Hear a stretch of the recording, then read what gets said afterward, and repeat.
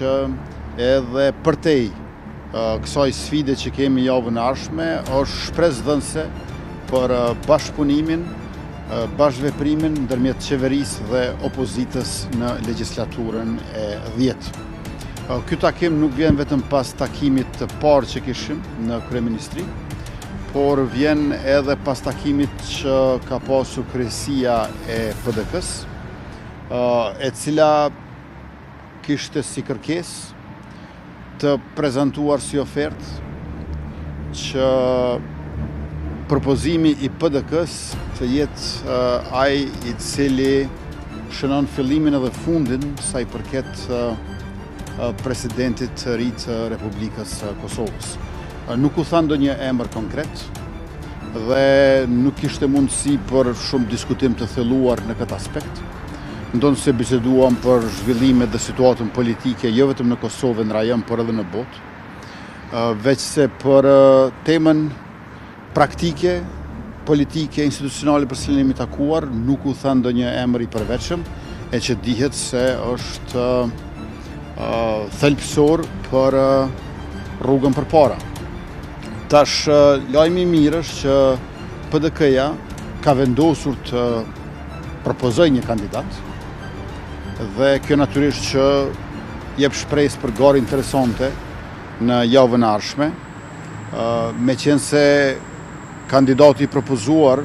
si konkluzion i mbledhjes së kryesisë së PDK-s do të jetë propozim partijak, atëherë secila parti i ka propozimet e veta, secila parti është veçmas. Ne nuk kemi arritur që të kemi një kandidat që do të ishte konsensual, se po ku ju deri më tani, e i cili do të shkonte përtej propozimeve partijake. Por me qenë se kryesia e PDK-s insiston në propozime të partive, atëherë, siç është Bedri Hamza, kryetari i PDK-s, edhe unë jam kryetari i lëvizjes vetëvendosje. Natyrisht subjekte politike të ndara dhe konkurruese, rivale në skenën politike, por po e ritheksoj që është një njoftim i mirë që PDK-ja e ka diskutuar dhe e ka konstatuar që ajo si parti ka nevojë të ketë propozimin e saj. Tash, ne e dim që si mazhorancë kemi 66 deputet, nga të cilët 57 janë të lëvizjes vendosje me partnerët tonë të koalicionit parazgjedhor Guzo dhe Alternativa. Në anën tjetër të këtij 66 tonë që më votoi për kryeministër në këtë mandat të legjislaturës së 10, e kemi PDK-n e cila ka 22 deputet, pra 1/3 e mazhorancës, dhe megjithatë ata janë subjekti i dytë për nga pesha në Kuvendin e Republikës dhe askush nuk mund të jetë afër sikur ata që këtë numër 22 ta bëj 30,